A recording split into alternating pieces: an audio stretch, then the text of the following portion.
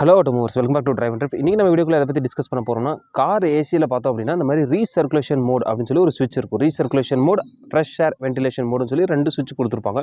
இதோட ஃபங்க்ஷன் என்ன, இது எந்தெந்த மாதிரியான இடத்துல நம்ம யூஸ் பண்ணணும், எந்தெந்த மாதிரி இடத்துல யூஸ் பண்ணால் என்னென்ன மாதிரியான ஃபங்க்ஷன் வண்டியில் நடக்கும் அப்படின்றத பற்றி ரொம்ப டீட்டெயிலாக இந்த வீடியோவில் நம்ம டிஸ்கஸ் பண்ண போகிறோம். Let's go to the video.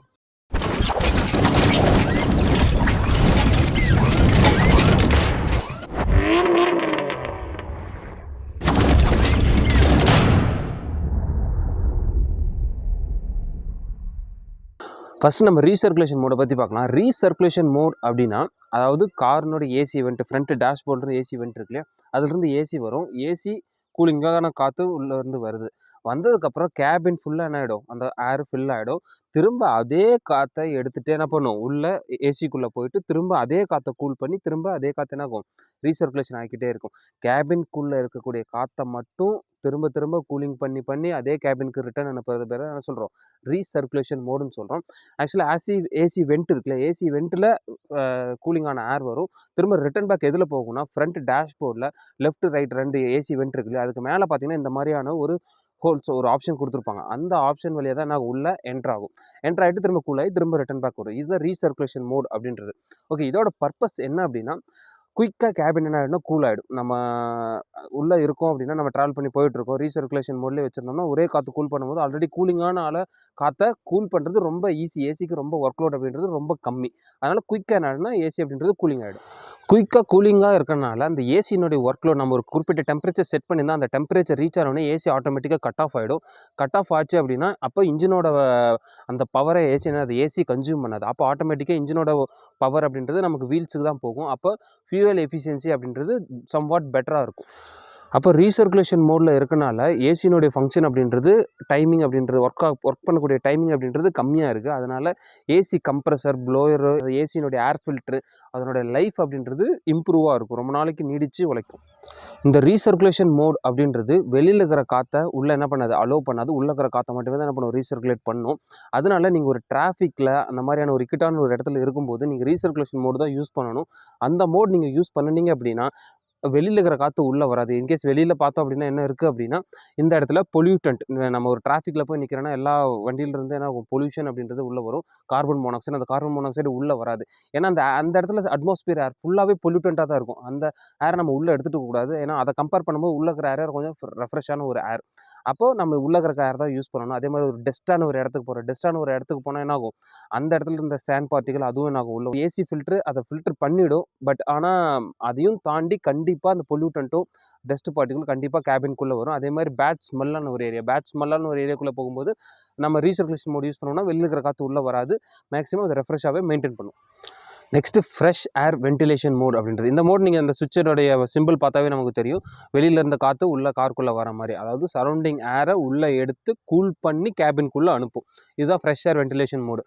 இது எப்பப்போலாம் நம்ம யூஸ் பண்ணணும் அப்படின்னா, இப்போது நம்ம வண்டியை ஒரு ஹாட்டான ஒரு பிளேஸில் நம்ம நிறுத்திருக்கோம், வெயிலில் நம்ம நிறுத்திருக்கோம் அப்படின்னா என்ன, உள்ளே பயங்கர ஹாட்டாக இருக்கும். அட்மாஸ்பியர் கூலாக இருக்குது, கேபினுக்குள்ளே ரொம்ப ஹாட்டாக இருக்குது. அந்த மாதிரி சமயத்தில் என்ன பண்ணணும்னா, உள்ளே போய் நம்ம உட்காந்த உடனே ரீசர்க்குலேஷன் மோடு போட்டு விட்டுட்டு விண்டோனாலே இறக்கி விட்டுட்டோம் அப்படின்னா சரௌண்டிங் ஏரை தான் என்ன பண்ணும், அதாவது உள்ளே இருக்கிற ஹாட்டான ஏர் எடுத்து கூல் பண்ணி திரும்ப உள்ளே அனுப்புறதை விட சரௌண்டிங்கில் ஆல்ரெடி கூலிங்காக, அதாவது உள்ளே இருக்கிறத கம்பேர் பண்ணும்போது என்ன இருக்குது, கொஞ்சம் நார்மலான டெம்பரேச்சரில் இருக்குது. அந்த நார்மலான டெம்பரேச்சர் எடுத்து கூல் பண்ணி கேபின்குள்ளே அனுப்புறது ரொம்ப ஈஸி. அப்போ ஒரு 2 to 3 minutes நம்ம ஃப்ரெஷ் ஏர் வென்டிலேஷன் மோடில் நம்ம வச்சுருந்தோம் அப்படின்னா என்ன ஆகும், மேக்ஸிமம் உள்ள இருக்கிற ஹாட்டான ஏர் வெளியே போயிட்டு ஒரு நார்மல் டெம்பரேச்சருக்கு உண்டான ஏர் என்ன வந்துடும், உள்ள கேபின்குள்ளே வந்துடும். ஃப்ரெஷ் ஏர் வென்டிலேஷன் மோடை ஆஃப் பண்ணிடணும். ஃப்ரெஷ் ஏர் வென்டிலேஷன் மோடை ஆஃப் பண்ணிட்டோம் அப்படின்னா திரும்ப என்ன ஆகும், நமக்கு எப்போ போல் உள்ள நார்மலாக இருக்கக்கூடிய ஏரை திரும்ப கூலாகி திரும்ப குயிக்காக ஆகும், கேபின் அப்படின்றது கூல் ஆகிடும். இது வந்து ரொம்ப ஹாட்டாக இருக்குது, அவுட் சைட் டெம்பரேச்சர் விட கேபினில் இருக்கக்கூடிய டெம்பரேச்சர் ரொம்ப அதிகமாக இருக்குது அப்படின்ற இடத்துல நம்ம இந்த மாதிரியான மெத்தடை யூஸ் பண்ணோம் அப்படின்னா சீக்கிரமாக என்ன பண்ணலாம், கேபினை நம்ம கூல் பண்ணிடலாம். மேக்ஸிமம் நம்ம காரில் ட்ரைவ் பண்ணும்போது ரீசர்க்குலேஷன் மோடு தான் நம்ம போட்டு யூஸ் பண்ணணும். ஏன்னா அப்போ தான் வந்து கேபின் ரொம்ப குயிக்காக கூல் ஆகும், ஏசியினுடைய ப்ளோயரோட லைஃப் ரொம்ப நாளைக்கு இம்ப்ரூவ் ஆகும், ஃபியூல் எஃபிஷியண்ட்டாகவும் இருக்கும். பட் அதில் ஒரு சின்ன பிரச்சனை என்ன அப்படின்னா, நம்ம ஒரே காற்று தான் என்ன ஆகுது, வருது, திரும்ப கூல் ஆகுது, கேபினை கூல் பண்ணுது, திரும்ப அதே காற்று தான் போகுது, திரும்ப கூலாகி வருது. அப்போ ஒரே காற்று தான் நம்ம என்ன பண்ணுறோம், ரிப்பீட்டடாக நம்ம ப்ரீத் பண்ணுறோம். அப்போ ப்ரீத் பண்ணும்போது என்ன ஆகும்னா, அதில் கூடிய ஆக்சிஜனோட கண்டென்ட் என்ன ஆகும், கம்மியாயிடும். இப்போ ஆக்சிஜனோட லெவல் கம்மியாயிருச்சுன்னா நமக்கு என்ன ஆகுது, நமக்கு அந்த ஒரு ஃப்ரெஷ்ஷான ஒரு ஃபீல் இருக்காது, ஒரு டயர்ட்னஸ் தெரியும், சோம்பேறித்தனமாக இருக்கும், கொட்டாவி வரும். அப்போ நமக்கு அந்த ஆக்சிஜன் லெவல் அப்படின்றது கம்மியாயிடுச்சு. அப்போ இதிலிருந்து நம்ம பண்ணணும் அப்படின்னா என்ன பண்ணணும்னா, ரீசர்க்குலேஷன் மோட நம்ம என்ன பண்ணணும், ஆஃப் பண்ணிவிட்டு நம்ம ஃப்ரெஷ் ஏர் வென்டிலேஷன் மோட நம்ம என்ன பண்ணணும், மூவ் பண்ணிக்கணும், ஸ்விட்ச் ஆன் பண்ணிக்கணும்.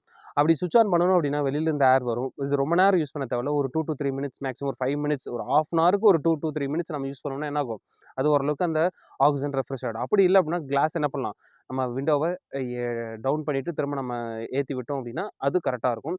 இல்லை அப்படின்னா ஒரு 1 ஹவருக்கு ஒரு வாட்டி நம்ம என்ன பண்ணலாம், பிரேக் எடுக்கலாம். பிரேக் எடுக்கும்போது நம்ம விண்டோஸ் ஓப்பன் பண்ணுவோம், டோர்ஸ் ஓப்பன் பண்ணுவோம். டோர்ஸ் ஓப்பன் பண்ணும்போது ஏர் என்ன ஆகும், சர்க்குலேட் ஆகும்.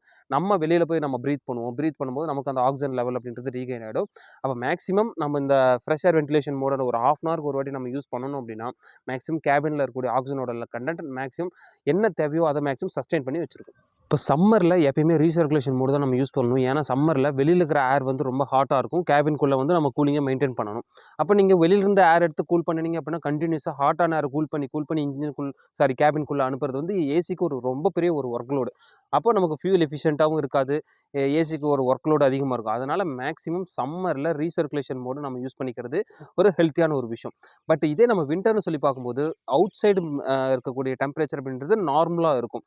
அதாவது ஹில் ஸ்டேஷன், அப்புறம் பனி காலையில் ஏர்லி மார்னிங் டைமில் பனியான டைமில், அப்புறம் மழை பெய்யறப்ப பார்த்தோம் அப்படின்னா கிளைமேட் அப்படின்றது ரொம்ப கூலிங்காக இருக்கும். அப்போது வெளில இருக்கிற டெம்பரேச்சர் நமக்கு உள்ளே இருந்தாவே போதுமானது. அதை விட கொஞ்சம் இம்ப்ரூவ்மெண்ட்டாக இருந்தால் போதும். பட் நீங்கள் அந்த இடத்துல நீங்கள் ரீசர்க்குலேஷன் மோடு யூஸ் பண்ணினீங்க அப்படின்னா உள்ளே ரொம்ப கூலிங்காக இருக்கும். அப்போ உள்ளே ரொம்ப கூலிங் ஆகும்போது என்ன ஆகும் அப்படின்னா அந்த கிளாஸ்லலாம் என்னென்னா இன்சைடில் ஃபாக் ஃபார்ம் ஆக ஆரம்பிச்சிடும். அப்போ அந்த ஃபாக் ஃபார்ம் ஆச்சுன்னா நமக்கு என்ன ஆகாது, வெளியில் இருக்கிற வியூ நமக்கு தெரியாது, டிஎல்ஓ மறைஞ்சிரும். அப்போ நமக்கு வியூ தெரியாது. அதை நம்ம என்ன பண்ணணும், தண்ணி வச்சு கிளாஸ் வச்சு நம்ம என்ன பண்ணணும், கிளாத் வச்சு நம்ம க்ளீன் பண்ணணும். ஃப்ரண்ட்டில் வேணால் நம்ம அந்த மோடு யூஸ் பண்ணி ஃப்ரண்ட்டு டீஃபாகர் போட்டு நம்ம க்ளீன் பண்ணலாம்.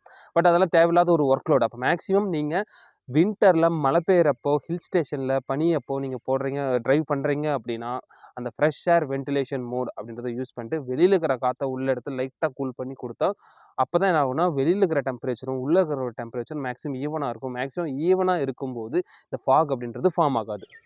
ஹோப் இந்த வீடியோ உங்களுக்கு ஒரு நல்ல ஒரு கிளாரிட்டி கொடுத்துருக்கும். ரீசர்க்குலேஷன் மோட்னா என்ன, ஃப்ரெஷ் ஏர் வென்டிலேஷன் மோட்னா என்ன, இந்த சுவிட்ச் எதுக்காக யூஸ் பண்ணுறோம், இந்த இடத்துல எப்படி யூஸ் பண்ணணும் அப்படின்றது. இந்த வீடியோ பிடிச்சிருந்து அப்படின்னா லைக் பண்ணுங்கள், கமெண்ட் பண்ணுங்கள், ஷேர் பண்ணுங்கள். சார் நம்ம சேனல் இன்னும் சப்ஸ்கிரைப் பண்ணாமல் பார்த்தீங்கன்னா சப்ஸ்கிரைப் பண்ணி பாருங்கள். அப்போ தான் கார்ஸை பற்றி நாலேஜ் ஈஸியாக உங்களால் அப்டேட் பண்ணிக்க முடியும். Okay, until Baba from drive and drift channel. Happy auto movers.